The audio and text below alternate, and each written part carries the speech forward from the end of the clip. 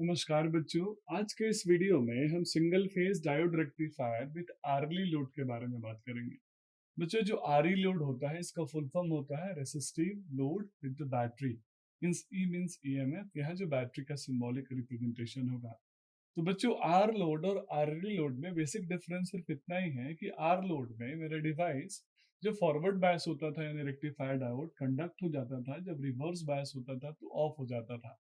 लेकिन अगर इस आर के साथ ई लोड मैंने ऐड कर दिया है तो ई लोड के आते ही ये डिवाइस तब कंडक्ट करेगा जब इसकी वोल्टेज यानी डायोड के अक्रॉस जो वोल्टेज होगी वो उसके ईएमएफ वोल्टेज से बराबर या फिर उससे बड़ी हो। तो आइए इस चीज को हम डिटेल में समझते हैं। सबसे पहले हम सर्किट डायग्राम देखते हैं। तो फिगर 1 यहाँ पे रिप्रेजेंट कर रहा है single phase half wave rectifier means diode rectifier with R E load, resistive EMF load या रेसिस्टिव बैटरी लोड। तो बच्चों, मैंने सप्लाई वोल्टेज लिया दैट इज वीएस, और वीएस इक्वल टू कितना है बच्चों? VM sine omega T. तो वीएम साइन ओमेगा टी यहाँ पे इंस्टेंटेनियस वोल्टेज है। तो वीएस यानी वीएम साइन ओमेगा टी में अप्लाई करूंगा किसको? अपने डायोड को। साइन ओमेगा टी है तो एक साइनसोइडल वेवफॉर्म बनाएगा जो आप वेवफॉर्म में देख पा रहे होंगे। बच्चों, जैसे ही मैंने इसको अप्लाई किया तो एक स्विच एस मैंने यहाँ पे कनेक्ट किया। जब स्विच एस क्लोज्ड होगा तो मेरे डिवाइस को सप्लाई मिलना स्टार्ट होगा, और जब ये स्विच ओपन होगा तो मेरे डिवाइस को सप्लाई नहीं मिलेगा। दूसरी इंपॉर्टेंट चीज बच्चों, यहाँ जो मैंने डायोड डी लगाया हुआ आप देख पा रहे होंगे, इस डी डायोड के अक्रॉस वोल्टेज मुझे मिलेगा दैट इज वीडी। मेरे पास दो लोड है यहाँ पे, एक लोड है आर, दूसरा लोड है ई। यहाँ पे आरली लोड है तो इन दोनों का अक्रॉस जो मुझे वोल्टेज मिलेगा मैं इसको लोड वोल्टेज यानी वी नॉट मान लेता हूँ। सिमिलरली जब सर्किट ऑपरेट होगा तो इसमें जो करंट फ्लो होगा उसको मैंने आई नॉट मान लिया। आई नॉट करंट हमारे सोर्स से लोड की तरफ फ्लो होगा, ये हम ऐसा मान के चल रहे हैं। तो बच्चों, एक कंप्लीट साइकिल है, सर्किट है जो half wave rectifier diode rectifier को रिप्रेजेंट कर रहा है विद आर ई लोड। तो आइए इसी सर्किट में सबसे पहला केस लेते हैं दैट इज केस 1, जिसमें मैं एनोड को पॉजिटिव और कैथोड को नेगेटिव टर्मिनल अप्लाई करूंगा, यानी पॉजिटिव हाफ साइकिल के मैं बात कर रहा हूँ। तो जैसे ही पॉजिटिव हाफ साइकिल बच्चों आएगा मेरा डिवाइस फॉरवर्ड बायस में काम करना स्टार्ट करेगा जब स्विच एस क्या हो जाए? क्लोज्ड हो जाए। तो मैं मान के चल रहा हूँ switch S at omega t tends to zero पे क्या हो रहा है? क्लोज हो रहा है। अब एज नॉर्मल कंडीशन अगर रेसिस्टिव लोड होता तो डायोड, जैसे आइडियली मैं मान के चला हूँ कि आइडियली जैसे मैं स्विच को क्लोज करूंगा डायोड फॉरवर्ड बायस में चला जाएगा और डिवाइस में कंडक्शन स्टार्ट होगा। मैं यहाँ कोई ब्रेक ओवर वोल्टेज या लीकेज करंट की चर्चा नहीं करूंगा क्योंकि आइडियल कंडीशन यहाँ एज्यूम करता हूँ ताकि वेवफॉर्म अच्छे से बन सके, अदरवाइज वेवफॉर्म बनाना काफी डिफिकल्ट होगा। तो बहुत सारे ऐसे स्टूडेंट होते हैं जिनके मन में कंफ्यूजन होता है कि सर डायोड जब हमने पढ़ा तो ये देखा कि डायोड जैसे ही आप फॉरवर्ड बायस करते हैं तो जब तक डिप्लेशन लेयर खत्म ना हो तब तक ऑन नहीं होता। तो यहाँ पे हम आइडियली उसको एज्यूम करके चलते हैं। आप ध्यान रखिएगा, थोड़ा भी कंफ्यूज होने की जरूरत नहीं है। तो नॉर्मल कंडीशन में जैसे ही पॉजिटिव साइकिल दिया मेरा डिवाइस कंडक्ट होना चालू चाहिए था, मुझे नोड लोड के अक्रॉस वोल्टेज वी नॉट मिलना चाहिए था और करंट का कंडक्शन आई नॉट होना चाहिए था। लेकिन ये आर ई लोड है तो यहाँ पे थोड़ा सा चेंज होगा, और चेंज क्या होगा आइए इस वेव फॉर्म के थ्रू हम देखते हैं। तो जो फिगर 2 है ये वेव फॉर्म है किसका बच्चों? Single phase half wave rectifier with R E load का, यानी diode rectifier with R E load. मैं यहाँ रेफरेंस एक्सिस क्या मान के चल रहा हूँ? Omega T. कुछ लोग थीटा मान के चलते हैं, तो ओमेगा टी या थीटा या फिर टी में कुछ भी मान लेता हूँ। तो आइए मैंने सबसे पहले वीएस का कर्व ड्रॉ किया। वो एक साइनसोइडल वेव होगा जिसमें इंस्टेंटेनियस वैल्यू होगी वीएम साइन ओमेगा टी, जहाँ पे वीएम क्या कहलाता है बच्चों? Maximum value. तो मैंने साइन का एक वेवफॉर्म ड्रॉ किया सबसे पहले। इस वेवफॉर्म में जो मैक्सिमम वैल्यू मिल रही है वो कितनी है बच्चों? वीएम। बहुत ध्यान से सुनिएगा। साथ में मेरे पास एक बैटरी थी, तो इस बैटरी यानी ईएमएफ का एक अपना पोटेंशियल होगा, एक चार्ज वैल्यू होगी। हो सकता है वो 2 वोल्ट हो, 5 वोल्ट हो, 1 वोल्ट हो, 10 वोल्ट हो। जो भी उसकी वोल्टेज की मैग्नीट्यूड होगी वो डीसी नेचर की होगी, तो उसका एक स्ट्रेट लाइन वेवफॉर्म बनेगा। तो मैंने यहाँ पे आप देख रहे होंगे इसी वेवफॉर्म में यानी वोल्टेज का वेवफॉर्म में मैंने ई लिखा है जो कि ईएमएफ को रिप्रेजेंट कर रहा है और इसकी मैग्नीट्यूड ये है। तो मैंने ई को ड्रॉ कर दिया जो कि आपका डिवाइस ऑन हो या ऑफ हो, कुछ भी हो, आपके उस डिवाइस का क्रॉस ये लोड में हमेशा ई वोल्टेज तो मिलेगा। तो जो ई जो वी नॉट होगा बच्चों वो दो वैल्यू का कॉम्बिनेशन होगा, पहले वोल्टेज अक्रॉस आर और प्लस ई, क्योंकि ई तो हमेशा कांस्टेंट है ये चेंज होने वाला नहीं है। चेंज क्या होगा बच्चों? वोल्टेज अक्रॉस आर, यानी रेसिस्टिव सर्किट का अक्रॉस जो वोल्टेज होगा वो चेंज होगा।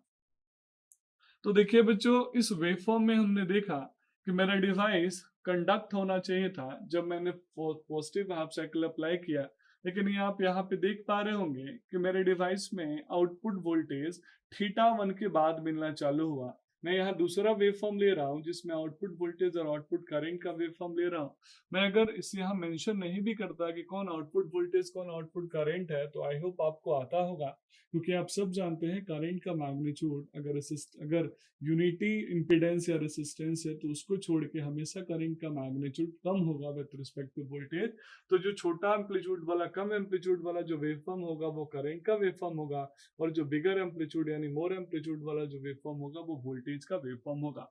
तो बच्चों, जब मैंने ऐसे उम्मीद ये रखी थी कि रेसिस्टिव लोड की तरह इसमें भी at omega t equal to 0 पे मुझे आउटपुट वोल्टेज मिलना स्टार्ट होगा, पर नहीं मिलेगा, क्योंकि उस कंडीशन तक जब तक मेरे डायोड का वोल्टेज यानी Vs की वैल्यू किसके ई के से बड़ी या बराबर नहीं हो जाए, तब तक इस डिवाइस का टर्न ऑन होना पॉसिबल है ही नहीं, क्योंकि ये फोर्सली इसको टर्न ऑफ करके रखेगा, क्योंकि ये बैटरी का पॉजिटिव टर्मिनल कैथोड को पॉजिटिव और एनोड को नेगेटिव सप्लाई दे रहा है। तो ये हमेशा रिवर्स बायस में रोक कर रखने की कोशिश करेगा, और इसी वजह से मुझे थीटा 1 यानी जब तक उसका एम्पलीट्यूड Vs का एम्पलीट्यूड Vs से बड़ा नहीं हो गया, E से बड़ा नहीं हो गया, तब तक मुझे आउटपुट वोल्टेज नहीं मिला। ये इस वेवफॉर्म की सबसे इंपॉर्टेंट खासियत है जो बहुत ध्यान से देखेगा। तो स्वाभाविक है, जब से मुझे वोल्टेज मिलना स्टार्ट होगा तभी से मेरे डिवाइस के अंदर करंट फ्लो होना भी स्टार्ट होगा बच्चों। इसीलिए जो करंट फ्लो हो रहा है यहाँ पे वो हो रहा है थीटा 1 से, और करंट की जो एम्पलीट्यूड है वो सिंपली आप निकाल सकते हैं V/R से। तो करंट का एम्पलीट्यूड वो वोल्टेज के एम्पलीट्यूड से कम होगी, क्योंकि रेसिस्टिव लोड है। तो जो आई नॉट होगा that is equal to V0/R, क्योंकि एक ही यहाँ पे रेसिस्टिव ही वैल्यू है जो लोड का वैल्यू है। आप V0 में आप अगर चाहें तो टोटल ले ले, अदरवाइज ई भी ऐड हो जाएगा। तो यहाँ पे देखिएगा थीटा 1 से स्टार्ट हुआ बच्चों, फाइनली इस पोजीशन पे वापस गया, यानी टोटल कंप्लीट यहाँ पे जैसे इस पोजीशन पे मैं पहुंचा, फिर से मेरा जो Vs का वैल्यू होगा वो कम होने की कोशिश करेगा, और जैसे वो कम होने की कोशिश करेगा मेरा डिवाइस ऑफ मोड में चला जाएगा, यानी पॉजिटिव हाफ साइकिल में मेरा जो कंडक्शन हो रहा है वो कहाँ तक हो रहा है बच्चों? थीटा 1 से स्टार्ट हो रहा है, और ये पूरा जो होता है पाई, तो यहाँ पाई माइनस ये थीटा 1 था, ये अगला भी थीटा 1 था, तो जो कंडक्शन हो रहा है वो कितना हो रहा है? पाई-2 थीटा 1। बहुत ध्यान से देखिएगा, कंडक्शन कितना हो रहा है? पाई-2 थीटा 1, क्योंकि इस पोजीशन पे आके फिर से मेरा डिवाइस ऑफ हो गया। तो ये एक बेसिक डिफरेंस था जो रेसिस्टिव लोड में था, क्योंकि रेसिस्टिव लोड में जो वेवफॉर्म बना था बच्चों वो कहाँ से स्टार्ट हुआ था? 0 से, और कहाँ तक चला था? पाई तक। लेकिन यहाँ पे जो वेवफॉर्म बनेगा वो कहाँ से स्टार्ट होगा बच्चों? थीटा 1 से, और कहाँ पे आके खत्म हो जाएगा? इस पोजीशन पे, यानी मैं इसको बोल सकता हूँ पाई-थीटा 1 पे। तो ये देखिएगा कंडक्शन जो हो रहा है, इस थीटा 1 को माइनस कर दीजिए, इस थीटा 1 को माइनस कर दीजिए, जो बचा हुआ वैल्यू है यानी पाई-2 थीटा 1, सिर्फ इतने ही दूरी का कंडक्शन हो रहा है। तो ये रेसिस्टिव लोड से ये डिफरेंस है। प्लस इसके बाद क्या मुझे लोड के अक्रॉस वोल्टेज अपीयर नहीं होगा? तो अगर रेसिस्टिव लोड होता तो लोड के अक्रॉस वोल्टेज अपीयर नहीं होता, लेकिन मैं पहले ही बोल चुका हूँ, भले ही ये वीआर मिलना बंद हो जाए लेकिन लोड के अक्रॉस हमेशा क्या वोल्टेज मिलेगा? ई।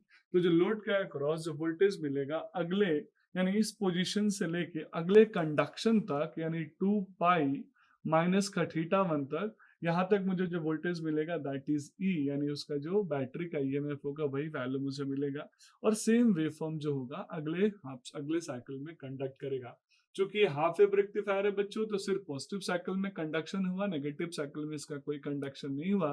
तो जो डायोड के अक्रॉस वोल्टेज अपीयर होगा वो कहाँ से अपीयर होगा? नेगेटिव साइकिल में। पर नेगेटिव साइकिल में कहाँ से अपीयर होगा? जहां से आपका डिवाइस यानी आउटपुट वोल्टेज लोड वोल्टेज देना बंद कर दिया, और वो कहां से देना बंद कर दिया था बच्चों? इस पोजीशन से, यानी यहाँ से मेरा आउटपुट वोल्टेज मिलना बंद हो गया था, तो यहाँ से मुझे डायोड का क्रॉस वोल्टेज मिलना स्टार्ट होगा, और कब तक मिलेगा? जब तक अगला मेरा डिवाइस यानी डायोड कंडक्ट ना कर जाए, यानी जब तक Vs की वैल्यू ग्रेटर देन नहीं हो जाए E से। तो इस तरीके से आपने देखा कि जो Re लोड था यानी रेसिस्टिव प्लस ईएमएफ का जो लोड था, उसकी जो वेवफॉर्म कैरेक्टरिस्टिक्स है वो डिफरेंट है। किससे? नॉर्मल हमारे आर लोड से, एल लोड से, सी लोड से, क्योंकि ई होने की वजह से वो मेरे डिवाइस को तब तक टर्न ऑन नहीं करेगा, डायोड को तब तक टर्न ऑन नहीं करेगा जब तक उसकी बैटरी की जो उसके अक्रॉस वोल्टेज होगा वो इस बैटरी से बड़ी ना हो जाए, अदरवाइज तब तक वो रिवर्स बायस होगा और तब तक उसको टर्न ऑन करके रखेगा जब तक उसकी वैल्यू बड़ी है। तो मुझे लोड के अक्रॉस तो वोल्टेज पॉजिटिव हाफ साइकिल में मिल रहा है, नेगेटिव हाफ साइकिल में मिल रहा है, लेकिन जो करंट की वैल्यू है बहुत ध्यान दीजिएगा, करंट की वैल्यू हमेशा मुझे मिल रही है पॉजिटिव हाफ साइकिल में, नेगेटिव हाफ साइकिल में इंडक्टर या फिर अदर किसी लोड की तरह करंट की वैल्यू नहीं मिल रही है। तो ये हमने अभी सर्किट डायग्राम देख लिया बच्चों, वेवफॉर्म देख लिया। अब आइए इसी वेवफॉर्म के अक्रॉस हम इसके मैथमेटिकल कैलकुलेशन कर लेते हैं, देखते हैं RMS value, average value of voltage और करंट की वैल्यू क्या होगी। तो आइए कैलकुलेशन करते हैं बच्चों। मैथमेटिकल कैलकुलेशन में यहाँ तीन क्वांटिटीज में नॉर्मली आपके साथ कैलकुलेट करूंगा, डिस्कस करूंगा। पहला average value of current, RMS value of current, और तीसरा पावर डिलीवर्टेड टू लोड। तो सर्किट को बहुत ध्यान से आप देखिएगा बच्चों, इसी सर्किट के यहाँ पे हम सिंपल सा कैलकुलेशन करेंगे। ऐसे कैलकुलेशन अगर मैं डिटेल में करूँ तो काफी लंबा होगा, लेकिन मैं चाहता हूँ कि आप इस कैलकुलेशन को शॉर्ट में यहाँ पे समझें, ताकि आप ऑलरेडी पहले ही बहुत सारे कैलकुलेशन इससे सेम कैलकुलेशन कर चुके हैं तो आप उससे कोरिलेट कर सकते हैं। तो बच्चों यहाँ ध्यान दीजिएगा कि मैं एनालिसिस अगर इस वेवफॉर्म, इस सर्किट का और वेवफॉर्म का करूं, तो हमने देखा कि जो ई की वैल्यू है नॉर्मली अगर सप्लाई वोल्टेज के रिस्पेक्ट में देखें तो किसके बराबर होगी। तो यहाँ जो ई का मैग्नीट्यूड है, ये मेरा साइनसोइडल वेवफॉर्म है बच्चों। जिस साइनसोइडल वेवफॉर्म का वैल्यू होगा V m sine omega T. तो बहुत इंपॉर्टेंट पॉइंट आपको बताने जा रहा हूँ। तो जो ई का मैग्नीट्यूड होगा वो इसके रिस्पेक्ट में कितना होगा। तो यहाँ ई इस पॉइंट पे मिल रहा है, और इस पॉइंट पे जो मेरा वेव फॉर्म है वो कितना है बच्चों, V m sine omega t. और ओमेगा टी में बहुत ध्यान से दीजिएगा, यहाँ पे एंगल की वैल्यू कितनी है, थीटा वन। तो वी एम साइन मैं यहाँ बोल सकता हूँ थीटा वन। यानी जो ई मैग्नीट्यूड मुझे मिल रहा है इस सप्लाई वोल्टेज के इंस्टेंटेनियस वैल्यू के रिस्पेक्ट में, बोल सकता हूँ ई का value V m sine theta one के बराबर होगा। तो इसलिए लिख दिया कि जब मेरा डिवाइस टर्न ऑन होगा उस कंडीशन में जो मेरा Vs का वैल्यू होगा वो E के बराबर होगा, और उस E की वैल्यू कितनी होगी, Vm साइन थीटा वन के बराबर। तो मैं उस यहाँ से थीटा वन का वैल्यू कैलकुलेट कर सकता हूँ कि किस एंगल पे मेरा डिवाइस टर्न ऑन होगा। अदरवाइज ये बहुत ही ज्यादा डिफिकल्ट होगा कैलकुलेट करना कि किस एंगल पे मेरा डिवाइस टर्न ऑन हो रहा है। तो बहुत ध्यान से देखिएगा बच्चों, E इक्वल टू मैंने मान लिया V m sine theta one. तो थीटा वन की जो वैल्यू होगी वो होगी E बाई वी एम, और साइन जब इधर जाएगा तो साइन इनवर्स हो जाएगा। यानी मैं यहाँ से लिख सकता था पहले sine theta one equal to E by V m, और मैं साइन को यहाँ भेजा तो एंगल मुझे मिल जाएगा theta one equal to sine inverse V E by V m, और उसकी एंगल कितनी होगी, डिग्री में। तो ई का वैल्यू आपको ऑलरेडी नोन है बच्चों, और आपके साइनसोइडल वेवफॉर्म में जो वी एम की वैल्यू है, जो मैक्सिमम वोल्टेज की वैल्यू है, जो आप यहाँ पे देख पा रहे होंगे, ये भी नोन है। तो इस तरीके से आप बोल सकते हैं कि आप एंगल थीटा वन आसानी से कैलकुलेट कर लेंगे, और यही थीटा वन एंगल वो एंगल है जिस पे मेरा डिवाइस टर्न ऑन होगा। मींस डायोड से कंडक्शन स्टार्ट होगा, रेक्टिफिकेशन का प्रोसेस स्टार्ट होगा। तो आइए बच्चों, अब इस सिंपल से कंडीशन में हम आगे बढ़ते हैं और देखते हैं। मैंने मान लिया कि मेरा डिवाइस अब कंडक्ट हो रहा है, तो स्वाभाविक है उस समय डायोड के अक्रॉस कोई भी वोल्टेज ड्रॉप नहीं होगा। तो जो इस सर्किट में अगर मैं केवीएल लगाऊं तो जो वोल्टेज बनेगा वो क्या होगा, वोल्टेज अक्रॉस सोर्स यानी Vs, फिर वोल्टेज अक्रॉस रेसिस्टिव ड्रॉप। तो करंट कितना है इसमें बच्चों, आई नॉट। तो वी आर जो होगा वो होगा आई नॉट इंटू आर, और प्लस वोल्टेज अक्रॉस ई। इसीलिए मैंने यहाँ पे लिख दिया कि V S equal to E plus I naught R. यही वी एस किसके बराबर है बच्चों, V m sine omega t के बराबर, जहाँ पे we m sine omega t कौन सा वैल्यू है, इंस्टेंटेनियस वैल्यू। तो बच्चों इस सिंपल से मैथमेटिकल इक्वेशंस को यूज करके मैं आई नॉट की वैल्यू निकाल सकता हूँ। तो आई नॉट की वैल्यू होगी V m sine omega t, बहुत ध्यान से देखिएगा, ई प्लस में इधर आएगा तो माइनस का ई डिवाइडेड बाई आर। तो ये आई नॉट की वैल्यू को मैंने इक्वेशन नंबर 2 ले लिया, क्योंकि यहाँ मैंने इसको इक्वेशन नंबर 1 कंसिडर कर लिया था। अब मैं यहाँ पे कैलकुलेट करूंगा बच्चों कौन सी value, average value of current. तो आप यहाँ वेवफॉर्म में देखे थे करंट की जो वैल्यू है मुझे कहाँ से मिलनी है, स्टार्ट हुई है बच्चों थीटा वन से, और कहाँ तक मिली है, इस पोजीशन पे। और इस पोजीशन को मैंने क्या बोला था, पाई माइनस थीटा वन। यानी थीटा वन वैल्यू पहले ही ऑफ हो चुकी है, क्योंकि यहाँ के बाद मेरा ई का वैल्यू वो ग्रेटर देन हो गया था किससे, वी एस से। आई होप ये बात आप समझ गए होंगे पहले भी। तो करंट इक्वल टू होता है वोल्टेज अपॉन रेसिस्टेंस। तो वोल्टेज मैं निकालूंगा आरएमएस एवरेज वोल्टेज और रेसिस्टेंस से डिवाइड कर दूंगा। तो मैंने डायरेक्ट एक ही बार कर दिया बच्चों, 1/2 पाई, और नीचे कर दिया आर, तो आर यहाँ मल्टीप्लीकेशन में आ गया। इंटीग्रेशन करूंगा एवरेज के लिए, तो बच्चों लोअर लिमिट क्या होगा θ1, क्योंकि θ1 से कंडक्शन स्टार्ट हुआ। अपर लिमिट क्या होगा पाई माइनस θ1, क्योंकि θ1 पे आके कंडक्शन उस डिवाइस का बंद हो गया। और सिमिलरली जो वोल्टेज है दैट इज, जो करंट की वैल्यू है that is Vm sin omega t minus E by R. तो Vm sin omega t minus E मैंने यहाँ पे लिख दिया। तो आप डायरेक्ट करंट के इक्वेशन के फॉर्म में ले तो ये आ जाएगा, और अगर वोल्टेज के इक्वेशन के फॉर्म में लेते तो Vm बाई आर, जैसे मैं बता रहा था वैसा आप ले सकते हैं। यहाँ जो इंटीग्रल डेरिवेटिव है that is D omega T. तो आप सिंपल सा है बच्चों, 1/2 पाई आर बाहर आ गया, बाकी आप इसको इंटीग्रेट कर लीजिए। आप पहले भी कई बार कर चुके हैं, आप मैथ के विद्यार्थी ऑलरेडी आप इनको जानते हैं। तो यहाँ बहुत डिटेल में मैं इंटीग्रेशन करके आपका समय वेस्ट नहीं करना चाहता। तो Vm sin omega T minus E constant है, Vm कॉन्स्टेंट है बाहर आ जाएगा, sin omega T D omega T करेंगे तो माइनस का cos ओमेगा टी। फिर आप लोअर लिमिट θ1 पुट करेंगे, upper limit pi minus θ1 put करेंगे, तो फाइनल आपको ये वैल्यू मिलेगा 2Vm cos θ1 माइनस का ई, और ब्रैकेट पे है पाई माइनस 2θ1। सिमिलरली बच्चों, अगर मैं RMS value of current calculate करना चाहूँ तो एक तो तरीका वो है कि मैं पहले RMS value of voltage calculate करूँ, जो पहले कर चुका हूँ, उसके बाद मैं करंट निकालूँ, या फिर डायरेक्ट मैं करंट ही कैलकुलेट कर देता हूँ। तो करंट कैलकुलेट करने के लिए जो मेरे पास इंस्टेंटेनियस करंट के वैल्यू है वो है Vm sin omega T minus E by R. तो मैं आपको पहले भी ट्रिक बता चुका हूँ, आरएमएस में सबसे पहले जिसका आरएमएस लेना उसको क्या करेंगे बच्चों, स्क्वायर करेंगे। तो Vm sin omega T minus E by R को मैंने पहले स्क्वायर किया, यानी आई नॉट को पहले स्क्वायर किया, फिर उसके बाद मीन लिया, मीन में 1/2 पाई, और एंगल कितना होगा बच्चों, θ1 से पाई माइनस θ1। पाई माइनस θ1 क्यों, क्योंकि पाई माइनस θ1 तक ये कंडक्ट कर रहा है, और θ1 से कंडक्शन क्या हुआ है बच्चों, करंट का स्टार्ट हुआ है। तो θ1 माइनस पाई माइनस θ1, तो Vm sin omega T minus E by R, square करके डी ओमेगा टी, और रूट ले लिया तो पावर 1/2। आप इसको भी पहले भी कई बार सॉल्व कर चुके हैं, तो इसको आप सॉल्व करके डायरेक्ट वैल्यू कैलकुलेट कर सकते हैं। बहुत सिंपल सा कैलकुलेशन है। अब हम बच्चों बात करेंगे power delivered to load. Power load को कितना डिलीवर्ड हो रहा है, तो यहाँ पे पावर लोड को दो प्रकार से डिलीवर्ड हो रहा है। एक जो रेसिस्टिव में हीट लॉस के फॉर्म में हो रहा है, यानी आई स्क्वायर आर कॉपर लॉस के फॉर्म में, और दूसरा आपके बैटरी का क्रॉस। तो करंट अगर आई यहाँ पे हो रहा है तो इसके अंदर पावर कितना होगा बच्चों, आई स्क्वायर आर। तो मैंने लिख दिया power delivered to load I square R, RMS value ले लिया तो आई नॉट आर का होल स्क्वायर इंटू आर, और आपका करंट आई नॉट यहाँ पे आया है, तो बैटरी की वैल्यू कितनी है बच्चों, ई, तो वी आई हो जाएगा, तो ई इंटू आई नॉट। तो इस तरीके से पावर डिलीवर्टेड टू लोड कितना हो गया, पी, और P equal to E I naught plus I naught square R. और भी वैल्यूज आप चाहे तो कैलकुलेट कर सकते हैं, इवन आप पावर फैक्टर भी कैलकुलेट कर सकते हैं। तो पावर फैक्टर आप जब कैलकुलेट करेंगे तो कौन सा वैल्यू लेंगे, actual value upon apparent value. तो वी एम सा वही Vm cos V I cos phi upon V I. तो आप एक्चुअल वैल्यू है प्लस अपरेंट वैल्यू है आप यहाँ से निकाल सकते हैं। तो बच्चों इस तरीके से आपने देखा है single phase half wave diode rectifier with R L load का हमने वेवफॉर्म देख लिया, मैथमेटिकल कैलकुलेशन देख लिया, और इसका सर्किट डायग्राम कैसे डिजाइन होता है प्लस कैसे वर्क करता है ये भी देख लिया।